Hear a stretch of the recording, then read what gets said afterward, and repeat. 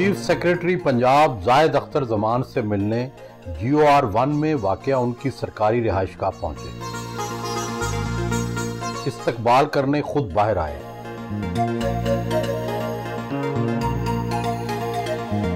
घर के अंदर उनका एक सब ऑफिस है। चीफ सेक्रेटरी पंजाब का इंतजामी सरबराह होता है। 13 करोड़ की आबादी के इतने ज़्यादा महकमों को कंट्रोल करना, मॉनिटर करना, उनकी पॉलिसी देना, ये आम बंदे का काम तो नहीं लगता। तो क्या आप मफूकुल फितरत है? नहीं वड़ाई साहब, ये पूरा एक निज़ाम है जिसके अंदर सेक्रेटरीज हैं, कमिश्नर्स हैं, DC हैं, तो बहुत सारा निज़ाम तो स्ट्रीमलाइंड है। उसमें जब मसाइल आते हैं तो डेफिनेटली वो इस लेवल पे काम आता है और काम काफ़ी ज़्यादा है। और आपने कुछ अरसे बाद आप फील करना शुरू हो जाते हैं कि शायद मैं बर्न आउट हो रहा हूँ। कितने घंटे काम करते हैं? देखें, अभी हमारा 8:45 बजे यहाँ पे मेरा स्टाफ आ जाता है सुबह। तो यहाँ पे 15-20 मिनट हम पहले कैचअप करके फिर हम दफ्तर चले जाते हैं। तो 9 बजे तकरीबन मैं दफ्तर पहुँच जाता हूँ। उसके बाद 4 बजे मोहसिन नकवी साहब की मीटिंग्स चीफ मिनिस्टर की शुरू हो जाती हैं और वो तो आपके सामने ही है कि वो फिर रात को 10-11 बजे तक चलती हैं। 14-16 घंटे काम करते हैं। डेली काम करना पड़ता है, वरना बहुत सारी चीज़ें स्टक हो जाती हैं। हमारे यहाँ अक्सर शिकायत की जाती है कि जो फाइलें हैं वो बड़े बड़े दफ्तरों में जाकर रुक जाती हैं। चीफ सेक्रेटरी के यहाँ आम तौर पर फाइल निकलने में कितना वक्त लगता है? मैं ये कंप्यूटर के अंदर सारी फाइल्स पड़ी हैं, रास्ते में निकाल देता हूँ, रात को निकाल देता हूँ, सुबह निकाल देता हूँ। तो मैक्सिमम जो मेरी पेंडेंसी होती है वो 1 दिन की होती है या 1.5 दिन की होती है, इससे ज़्यादा टाइम नहीं लगता। मशहूर है कि जुल्फ़िकार अली भुट्टो फाइल पर बड़ी अच्छी नोटिंग किया करते थे।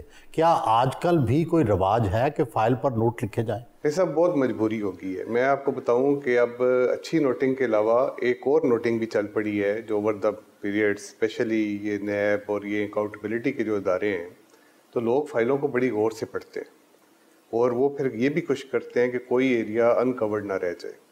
तो कुछ इतराज़ात भी आते हैं जिससे पॉलिटिशियन तंग भी होते हैं। चीफ मिनिस्टर हमारे भी कई दफ़ा कहते हैं कि काम रुक रहा है, लेकिन लोग मेहनत करते हैं और बड़ी अच्छी तरह हर मामले को पूरी तरह हर एंगल को देख के फिर फाइल हमारे पास आती है। आपका चिलियांवाला गुजरात के गुज्जर ख़ानदान से तल्लुक़, मिडिल क्लास घराना होगा। कैसे आपने मुकाबले का इम्तिहान पास किया? किस तरह इस ओहदे तक पहुँचे? कहाँ एजुकेशन हासिल की? मैंने डिवीजनल पब्लिक स्कूल माल्टन से मैट्रिक किया, लाहौर से। फिर FC कॉलेज से अंडर ग्रेड किया और फिर मास्टर्स किया गवर्नमेंट कॉलेज लाहौर से। फिर मैंने MBA किया UK से। तो बिल्कुल आप ठीक कह रहे हैं, मेरे बड़े भाई भी सिविल सर्विस में थे, तो घर में कल्चर तो था सिविल सर्विसेज का। तो एग्ज़ाम दिया, एक फेयर सा सिस्टम है, पास हो गए, इधर आ गए, बस फिर आगे तो क्या समझते हैं आप में क्या सलाहियत है कि इतने सारे ब्यूरोक्रेट भी हैं, इतने सारे महकमे हैं, आप आज चीफ सेक्रेटरी के ओहदे तक पहुंच गए? क्या ख़ास सलाहियत ने आपको आगे बढ़ने में मदद दी? मेरा ख्याल है बड़े साहब, हम सारे एक जैसे लोग हैं। 19-20 वाली बात होती है, बस एक टाइम आता है, एक पैनल बनता है, उसमें कोई क्लिक कर गया। तो कोई ऐसी स्पेशल बात तो सच्ची बात है मेरे नॉलेज में नहीं है कि मैं क्यों लगाऊं और क्यों नहीं लगता। लेकिन सिस्टम है, सिस्टम के अंदर बारी आती है। जैसे मैंने आपको कहा कि यहाँ पे पीछे आपके सामने बोर्ड लगा हुआ है, तो ऑन एवरेज देखें 6 महीने, 8 महीने, साल, इवन गोरे का जो ब्रिटिश रूल था तब भी चीफ सेक्रेटरीज के टेन्योर 4 साल भी हैं और 6-6 महीने भी हैं। तो बस गॉड इज़ काइंड, उन्होंने एक मौका अल्लाह ने दिया और हम कोशिश कर रहे हैं मोहसिन नकवी साहब के साथ मिल के इसका मैक्सिमम बेनिफिट उठाएं। जब से आप चीफ सेक्रेटरी बने हैं, ये बताएं कि आपकी पहली तरजीह क्या रही है? किस चीज़ को आप समझते हैं प्रायोरिटी नंबर 1 है? एक तो हमने पूरे हर महकमे में पेपरलेस करने की कोशिश की, काफ़ी हद तक कामयाब हो गए। हेल्थ का जो पार्ट था वो चीफ मिनिस्टर से मैंने कहा कि नया हॉस्पिटल नहीं बनाना। मैंने रिक्वेस्ट की कि पुराने हॉस्पिटल की हालत बड़ी ख़राब है। उन्होंने उसको समझा और उसके बाद वो फिर हमसे बहुत आगे चले गए। इस टाइम 100 के करीब हॉस्पिटल अंडर कंस्ट्रक्शन या अंडर रिपेयर हैं। आज भी आपको एक आधा मैं हॉस्पिटल दिखाऊंगा। तो बुनियादी तौर पे मेरा तो ख्याल ये था कि पहले मैं इंटरनल सिस्टम जो उनसे उसमें ट्रांसपेरेंसी लेके आऊँ। अब मैं पेंशन पे जा रहे हैं जिसमें ऑटोमेटिकली पेंशन मिल जाएगी। अभी हमारी सेक्रेटरीज कमेटी की मीटिंग भी है उस पर। अब प्रोक्योरमेंट्स हैं जो अरबों डॉलर की हम प्रोक्योरमेंट्स करते हैं, वो जिसके अंदर टेंडर डॉक्यूमेंट्स के मसले हैं, उस पर काफ़ी लेन देन होता है। तो आप वो भी थ्रू कंप्यूटर आप अपना सॉफ्टवेयर खोलेंगे, उसमें डाटा एंट्री करेंगे और पूरे पंजाब की प्रोक्योरमेंट टेक्नोलॉजी पे आ जाएगी। सर आपने सुना होगा कि हमारे यहाँ जो एक रवायती ब्यूरोक्रेट का तस्वर था कि वो सिगार लगाया होता है उसने, या पाइप पी रहा होता है, लोगों से आधा हाथ मिलाता है, लोगों से मुलाकात से गुरेज करता है, उसका रोब होता है, दबदबा होता है।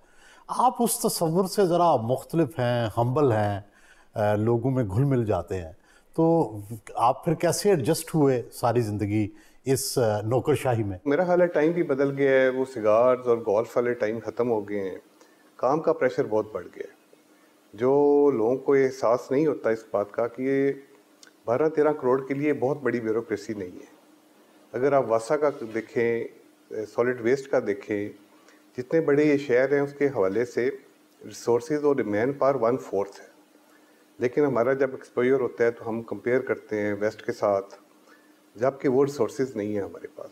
अब आप सर्विसेज हॉस्पिटल में चले जाएं और आउटडोर देखें, 3-3 हज़ार 4-4 हज़ार का आउटडोर है। स्कूलों में चले जाएं तो इतनी रिसोर्सेज चाहिए कि अगर हम 9-10% के ग्रोथ रेट पे जाएं हर साल और हज़ारों स्कूल हर साल बनाएं, तो हम ये पब्लिक की रिक्वायरमेंट पूरी कर सकते हैं। ना वो रिसोर्सेज जनरेट हो रही हैं, ना वो सिस्टम डेवलप हो रहा है, और डिससेटिस्फेक्शन अगेंस्ट द स्टेट बढ़ती जाती है। तो बुनियादी तौर पे अब चैलेंज यही है कि हम जो काम कर रहे हैं वो अच्छे तरीके से कर लें, जो गैप्स हैं उनको फ्यूचर के लिए छोड़ दें और कवर कर दें। सर जो हमारे यहाँ कहा जाता है कि जो पाकिस्तान के ज़वाल की बहुत सारी वजूहात हैं, उनमें कहते हैं कि ब्यूरोक्रेसी का भी किरदार है। क्या आप भी कभी इसको क्रिटिकली आपने जायज़ा लिया कि कहाँ ब्यूरोक्रेसी से कहाँ गलतियाँ हुई? मेरा ख्याल है इसमें कोई शक वाली बात नहीं है कि जो पॉलिटिकल डिस्पेंसेशन है उसमें सिविल सर्विस बड़ा मेजर रोल है और बड़ा मेजर पार्टनर है। लेकिन जो खराबी ये हुई कि सिविल सर्वेंट की भी प्रोटेक्शन नहीं मिली उसको, फिर उसकी वो ग्रूमिंग नहीं हो सकी, टाइम के साथ हमने सिस्टम को अपडेट नहीं किया, तो बहुत सारे मामलात में सिविल सर्विस पीछे रह गई और चैलेंजेस आगे चले गए। अब जब आपके सामने मुख्तलिफ चैलेंजेस आते हैं, मसलन आजकल PIA का बड़ा मसला आपके सामने बना हुआ है। जो PIA है, हमारे पास यहाँ पे वीट था, वीट की प्रोक्योरमेंट के होते होते 600-700 अरब का एक डेट बन चुका था। तो जब हुकूमत आई तो उसका पता चला 22% इंटरेस्ट रेट है, तो हमने चीफ मिनिस्टर से कहा कि इस साल हमने 128 अरब के करीब इंटरेस्ट ऑन वीट प्रोक्योरमेंट देना है, जो वीट का डेट पड़ा है without the banking of commodity. तो फिर हमने चीफ मिनिस्टर के साथ मिल के, सेक्रेटरी फाइनेंस ने, हमने मिल के फैसला किया कि हम इसको रिटायर करेंगे। बड़ा मुश्किल था, लोगों ने कहा कि आप सारे काम बंद कर देंगे, डेवलपमेंट सारी रुक जाएगी, लेकिन चीफ मिनिस्टर ने फर्मली हमारा साथ दिया। अगर ये बड़े साहब हम ना काम करते तो 3 सालों के बाद या 2 सालों के बाद सूबे के पास पैसे नहीं होने थे बैंक को इंटरेस्ट देने के लिए। तो ये वो फैसले हैं जो आस्ता आस्ता हमें खाते गए और सिस्टम में ब्यूरोक्रेसी पीछे रह गई और मामलात और मसाइल आगे चले गए। Executive head of the province, कितने आपके जो सूबे के मुलाजिम कितने हैं टोटल, सब महकमे मिला के? 11 लाख के करीब नंबर है। एजुकेशन इसमें मेन है और फिर हेल्थ है। कितने सेक्रेटरी हैं, इंतजामी सेक्रेटरी? 41 के करीब हमारे इंतजामी सेक्रेटरी।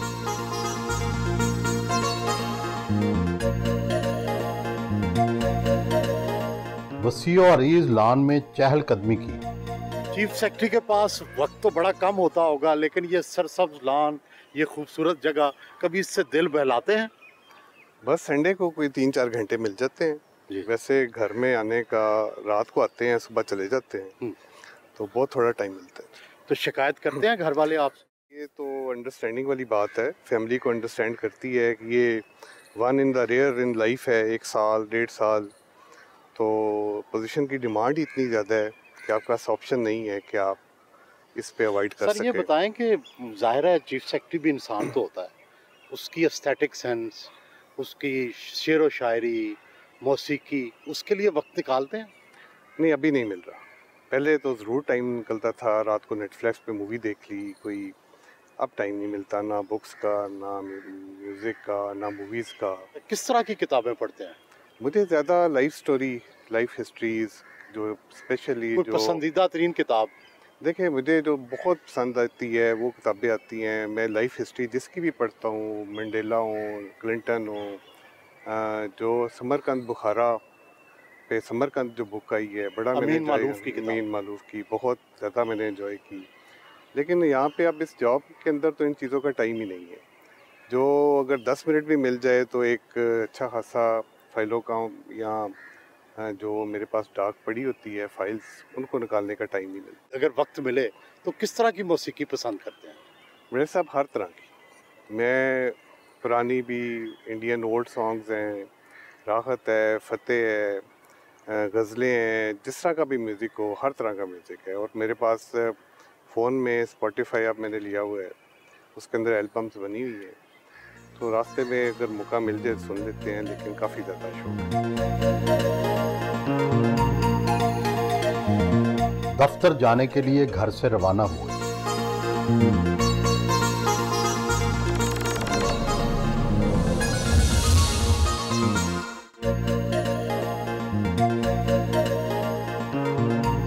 पंजाब सिविल सेक्रेटेरिएट पहुंचे। प्रिंसिपल सेक्रेटरी तौकीर खान ने इस्तकबाल किया।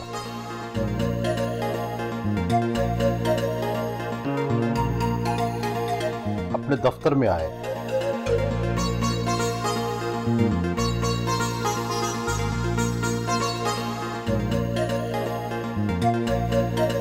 वॉक करते हुए सेक्रेटेरिएट में मौजूद दरबार हाल आए।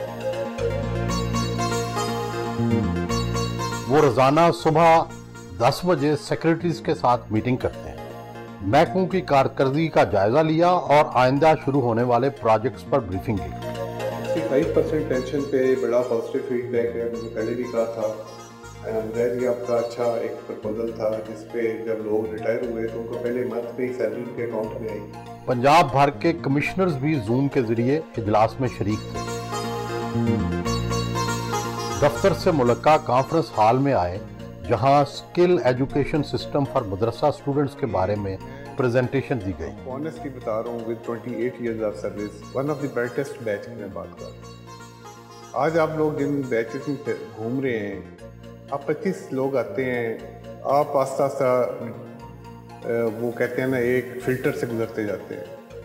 और फिल्टर ये है कि कुछ लोग अपनी इंटेग्रिटी पे मार खा जाते हैं, कुछ हार्ड वर्क पे मार खा जाते हैं। सेक्रेटेरिएट में जारी तामीराती काम का खुद जायजा लेने पहुंचे।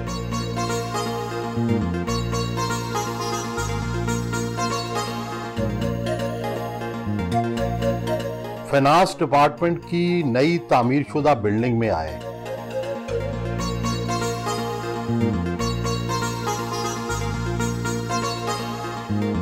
सेक्रेटरी फाइनेंस पंजाब मुजाहिद शेरदिल ने इस्तकबाल किया।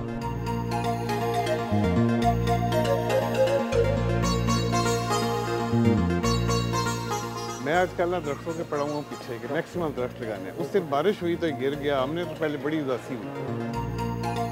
पंजाब सेक्रेटेरिएट में मौजूद पंजाब आर्काइव्स की बिल्डिंग में आए। मकबरा अनारकली की असर नौ तज़ीन की गई है और अब ये दूर से दिखाई देता है।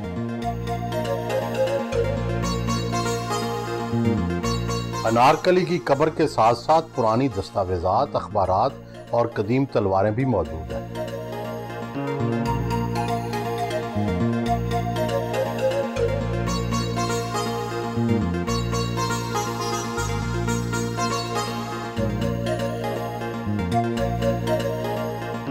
एच ब्लॉक में होने वाली नई तामीरात का जायजा लिया और जल्द मुकम्मल करने के अहकामात भी दिए। वापस अपने दफ्तर आए।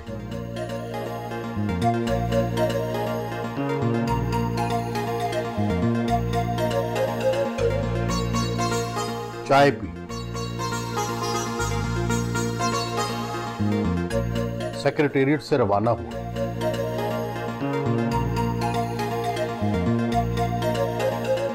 कम्युनिकेशन एंड वर्क्स के दफ्तर पहुंचे। सेक्रेटरी CWD सुहेल अशरफ ने इस्तकबाल किया।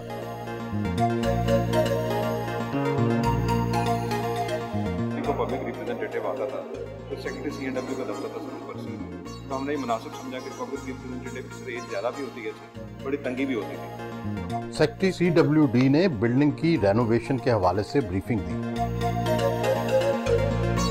बिल्डिंग का दौरा किया,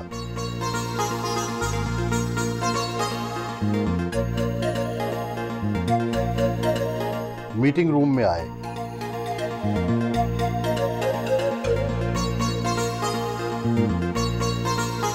सूबे में जारी बड़े बड़े प्रोजेक्ट्स पर ब्रीफिंग ली,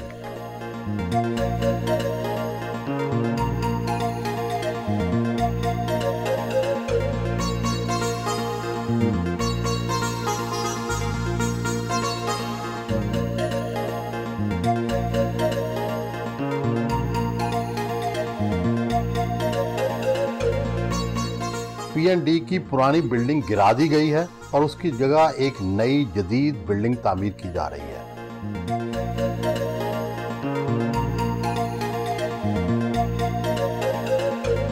जिंदगी खुशी और गम का मुरक्कब है।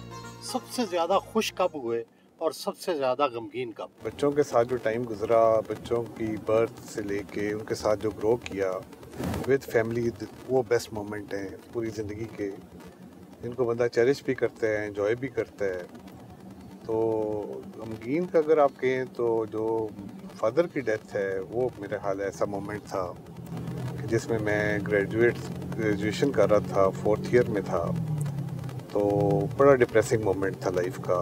तो क्या आप आंसू से रोए? जी, आंसू से रोए बिल्कुल। और वालदा पे डेथ पे भी वही एक मोमेंट गुजरा, तो एक बड़ी इमोशनल अटैचमेंट होती है जिसके अंदर अब मैं आज तो हम नहीं जा सके, गांव जाएं तो वो अट्रैक्शन ही नहीं रह गई। उस घर को हम देखते थे, वेट करते थे, जाना है, देयर समबडी जो आपका इंतज़ार कर रहा है, तो बड़ा वो एक लो मोमेंट इन लाइफ था। किसी ब्यूरोक्रेट की जिंदगी में तकर्रर और तबादला बहुत अहमियत रखता है। कब ऐसा कोई तकर्रर या तबादला हुआ जिससे आपको बड़ा दुख हुआ या बड़ी खुशी हुई? जी, खुशी तो मैं वैसे सब अल्लाह ताला का बहुत शुक्रिया अदा करता हूँ। आप यकीन करें कि ये मेरी फैमिली भी इसकी गवाह है कि कभी पोस्टिंग पीछे भागी हैं और मैं आगे आगे रहा हूँ।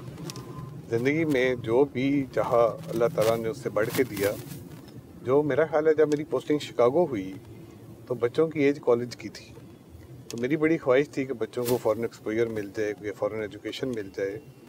प्रॉबली या वो मोमेंट था या जब चीफ सेक्रेटरी लगा वो मोमेंट था जिसको मेरा ख्याल है मैं चेरिश करता हूँ पोस्टिंग के हवाले से। सबसे मुश्किल पोस्टिंग कौन सी थी? आप AC रहे, DC रहे, कमिश्नर रहे, सेक्रेटरी रहे, सबसे मुश्किल पोस्टिंग कौन सी थी? मेरा ख्याल है कि मुश्किल तो यही है, चीफ सेक्रेटरी की वजह ये है कि बहुत एक्सपेक्टेशंस हैं अपने आप से भी और सिस्टम की भी आपसे एक्सपेक्टेशन है। आप जब लोगों को देखते हैं, उनके मसाइल देखते हैं, आप स्कूलों में जाते हैं तो बच्चे नहीं पढ़ रहे, टीचर्स की कैपेसिटी इश्यूज़ हैं, बच्चों के कैपेसिटीज इश्यूज़ हैं, उनके घरों के माहौल हैं जिसमें एजुकेशन को ज़्यादा फोकस नहीं किया जा रहा। हेल्थ में आपके साथ कई दफ़ा हमने विज़िट किया है, बेशुमार चैलेंज है हेल्थ का।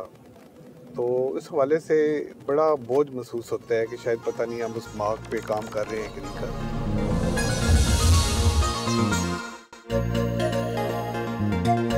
समनाबाद अस्पताल पहुंचे, CEO डॉक्टर आसम अल्ताफ ने इस्तकबाल किया।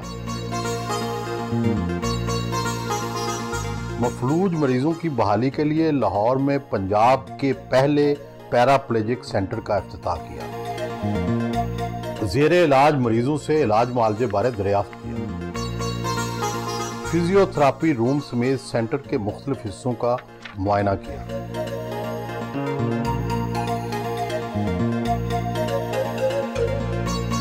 मसनूई आज़ा की तैयारी के लिए वर्कशॉप का दौरा किया।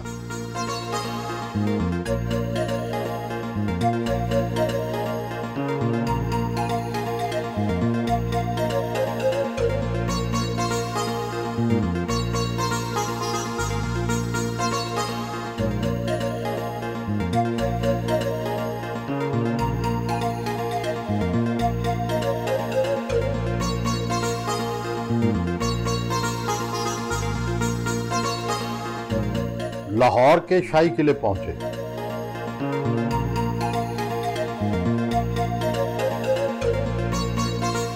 खसूसी कार्ट में बैठकर सारा दौरा किया।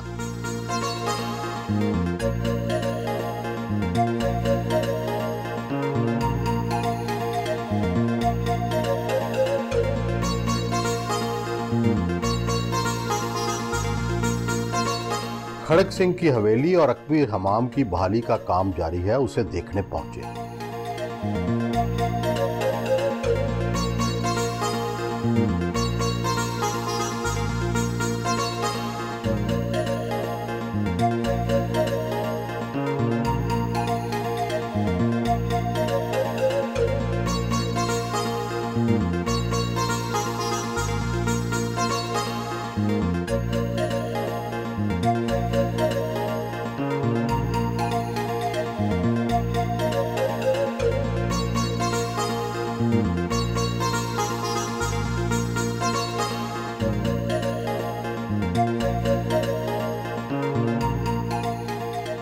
शाही किला में मौजूद ये सेल्फी पॉइंट जो इस खित्ते की सदियों की तारीख है उसका अहाता करता है। एक तरफ तो ये शाही किला है जो मुगलों से भी पहले का मौजूद है, बादशाही मस्जिद है जो बादशाह आलमगीर के ज़माने की है, फिर गढ़ी महाराजा रंजीत सिंह है जो सिखों के दौर की है, और फिर पाकिस्तान बनने के बाद का मीनार पाकिस्तान।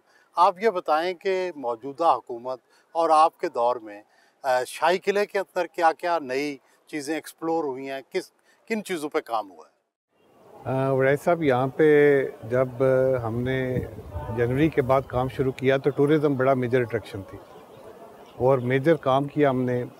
ज़ू और सफारी एक तरफ शुरू किए। इंशाल्लाह आप देखेंगे 2-3 माह में लाहौर में टॉप का ज़ू और एक सफारी बनने जा रहा है।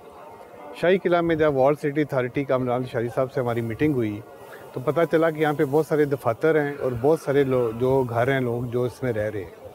तो एक हेरिटेज थी जो ज़ाया हो रही थी, तो हमने इनको फुल फ्लेज फंड्स दिए, वर्ल्ड सिटी अथॉरिटी को रीऑर्गेनाइज़ किया, रीस्ट्रक्चर किया, और फिर ये रेस्टोरेशन जो आपने देखी है, ये हवेली खड़क सिंह, और बहुत सारे बिल्कुल पता ही नहीं था और यहाँ पे दफ्तर बने हुए थे और ये खाली करवाए हैं। और हमारा ये प्लान है कि अनकरीब यहाँ पे एक होटल जो 5 स्टार होटल है वो भी इसके अंदर आ जाए।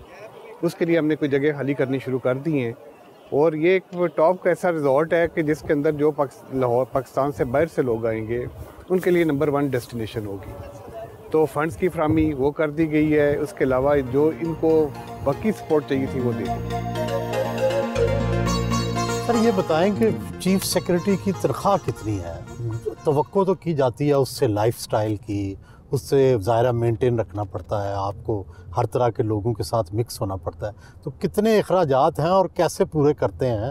लोग तो कहते हैं कि बड़ी कम तनख्वाह है ब्यूरोक्रेट्स की, लेकिन उनका लाइफस्टाइल बड़ा शान है। मेरा ख्याल है तनख्वाह कम तो नहीं है। जो ये मुल्क है, जो हमें फैसिलिटीज़ हैं, उनको मिलाम लो लें तो कितनी तनख्वाह है आपकी? ये तो नहीं, सरकारी तनख्वाह है, इसमें कौन सी छुपाने वाली बात? मेरा 6.5 पौने 7 लाख तक है। अच्छा, लेकिन एज ए चीफ सेक्रेटरी है। वैसे अगर मैं यहाँ से हट जाऊँगा तो वो 5 के करीब अच्छा तनख्वाह है। तो आप समझते हैं काफ़ी है तो लाइफस्टाइल? हमारे घर के माहौल के मुताबिक काफ़ी है। सेविंग्स कम है शायद, लेकिन वी आर वेरी कंफर्टेबल। हर एक से जानने की कोशिश करते हैं कि ये बताएं कि आप जो हुस्न है उसको कैसे डिफाइन करते हैं? हुस्न आपकी नज़र में किस चीज़ का नाम है? राय साहब, ये आपने वादा किया था ये सवाल नहीं पूछेंगे। लेकिन ये ज़रूरी है ना, आप जैसे बंदे से जिसने सारी दुनिया फिरी हुई है। नहीं, ये आपने कहा था ये सवाल नहीं पूछेंगे। ओल्ड एयरपोर्ट पहुंचे निगरान वज़ीर आला पंजाब मोहसिन नकवी IG पंजाब डॉक्टर उस्मान अनवर के हमरा हेलीकॉप्टर पर बैठकर मुख्तलिफ शहरों का दौरा करने पहुंचे।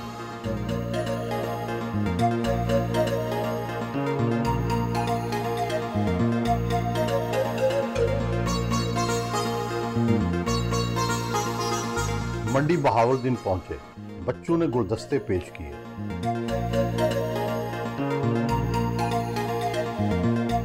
डिस्ट्रिक्ट अस्पताल मंडी बहावलदीन पहुंचे।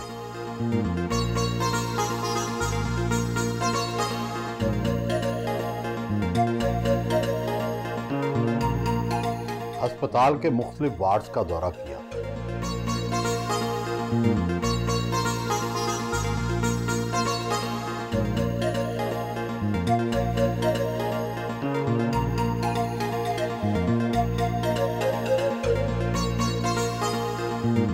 नई तामीरशुदा सड़क का इफ्तिताह किया।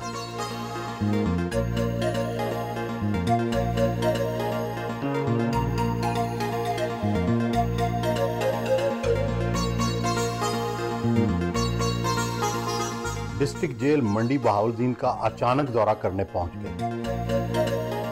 जेल के अंदर मौजूद अस्पताल में जेर इलाज कैदी मरीजों से सहूलियात बारे दरियाफ्त किया।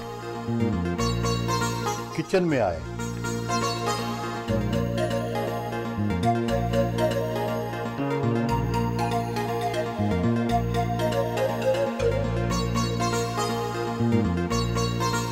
बैरक्स का दौरा किया।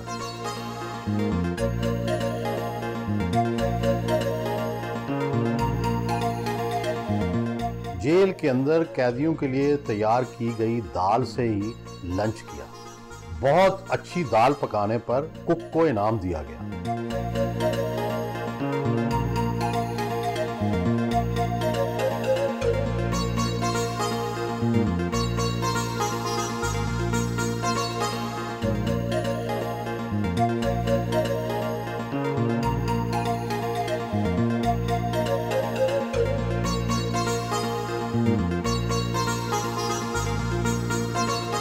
जहाज के अंदर वजीर आला, आईजी और चीफ सेक्रेटरी आपस में सरगोशियां करते रहे। मसरूफ दिन के बाद वापस लाहौर पहुंचे।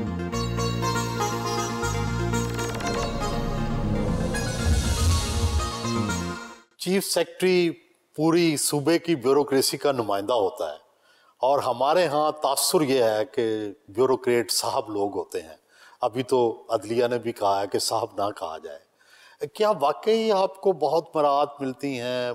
10-10 कनाल के घर होते हैं, कई गाड़ियाँ होती हैं, अर्दली होते हैं। ये किस हद तक तासुर दुरुस्त है और किस हद तक गलत है? सिविल सर्विस काफ़ी बड़ी है और ये जो बातें करते हैं लोग, थोड़ी सी GR1 वगैरह में अच्छी फैसिलिटीज़ हैं, लेकिन वो एक लंबा सफ़र है और वहाँ पे बंदा पहुँचता है लास्ट 3-4 ईयर्स 5 ईयर्स सर्विस के रह गए होते हैं। तो बाकी तो अगर आप देखें तो बड़ी एवरेज सी लिविंग है सिविल सर्वेंट्स की, एवरेज सैलरीज हैं, एवरेज लाइफस्टाइल है। एक तजर्बा हुआ कि जनूबी पंजाब का सेक्रेटेरिएट अलग बनाया जाए, वो तजर्बा क्यों नाकाम हुआ और क्या हम इख्तियारात वाकई नीचे तक नहीं देना चाहते? कौन रुकावट है इसमें? रईस साहब, जब मेरी पोस्टिंग हुई तो मैं पहला एडिशनल चीफ सेक्रेटरी लगा। तो जब पहली मीटिंग हुई तो मैंने चीफ मिनिस्टर साहब से ये पूछा कि इसको आपने सूबा बनाना है या इसको सब ऑफिस बनाना है, क्योंकि अगर सब ऑफिस बनाना है तो फिर मैं कंफर्टेबल हूँ, मैं यहीं पे रहूँगा। तो उन्होंने कहा कि हमारा इसको हमने 2-3 सालों में ही सूबा बना देना है। हमने उसी तरह की प्लानिंग की, उसी तरह के रूल्स बनाए, उसमें कुछ लॉ बनाने थे, लेकिन बीच में कुछ चेंज ऑफ माइंड हुआ और फिर वो ना तीतर ना बटेर। तो अनफॉर्चुनेटली वो, क्योंकि हमने जब शुरू किया या तो हम स्लो शुरू करते, तो उस वजह से एक मॉडल बन ही नहीं सका। अब वहाँ पे लोग पोस्टेड हैं, कुछ इख्तियारात भी हैं, लेकिन लोग प्रेफर नहीं कर रहे वहाँ पे जाना। जो डेलीगेशन की बात है वो हम भी समझते हैं, हम आपस में काम भी कर रहे हैं।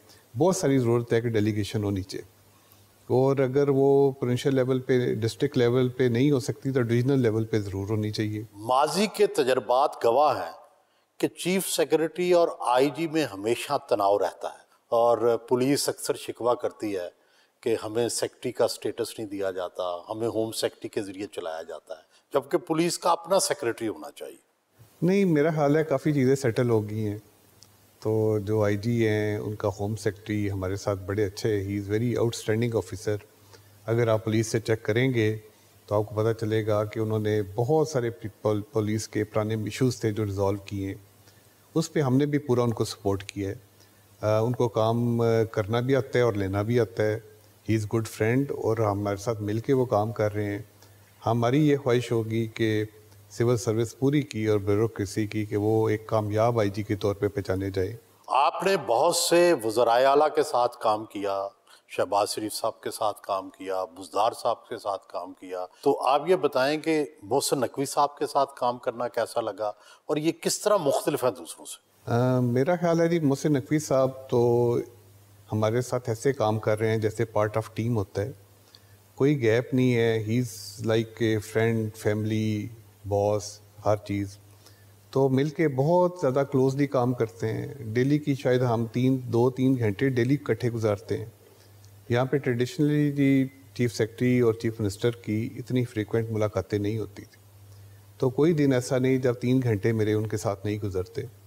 और very good excellent human being हैं, बहुत सेक्रेटरीज़ का ख्याल रखते हैं, हर जगह पे सपोर्ट करते हैं, फैमिलीज़ की हद तक उनका लोगों के फैमिलीज़ के बारे में इंटरेस्ट होता है कि किसी का कोई इशू ना हो, तो बहुत सपोर्टिव हैं। आप देखें कि पहली दफ़ा हमने ये देखा कि उनको GOR के घरों की फ़िक्र है, सरकारी मुलाजमीन के क्वार्टरों की फ़िक्र है।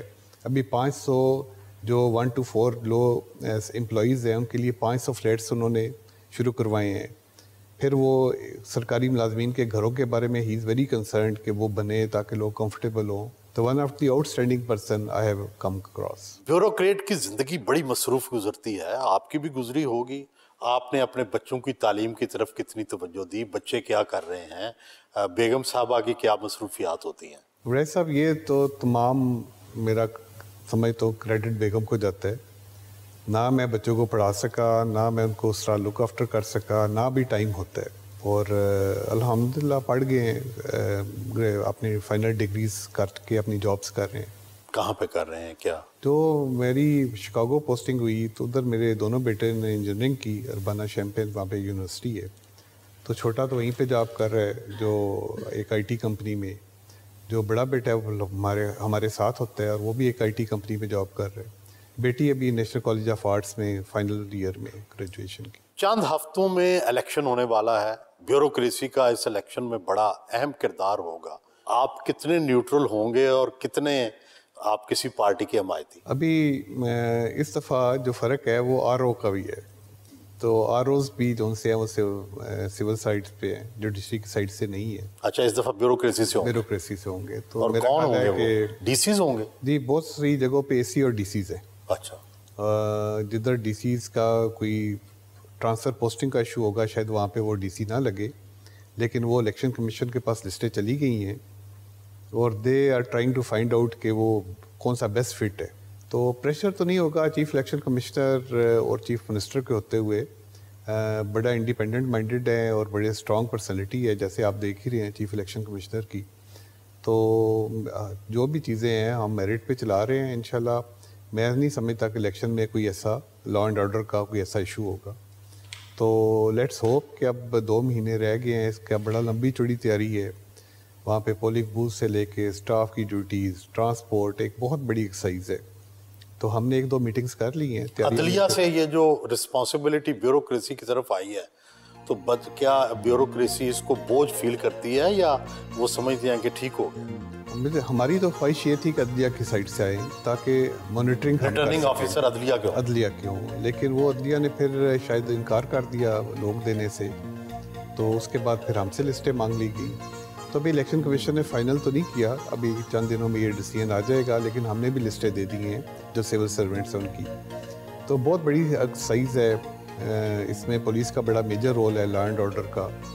तो मैं और IG 1-2 मीटिंग्स कर चुके हैं इस पर। फिर इलेक्शन कमीशन के साथ 3-4 हमारे रेगुलर मीटिंग्स हो चुकी है, लेकिन इंशाल्लाह जिस तरह बाकी काम करते हैं ये भी होगा।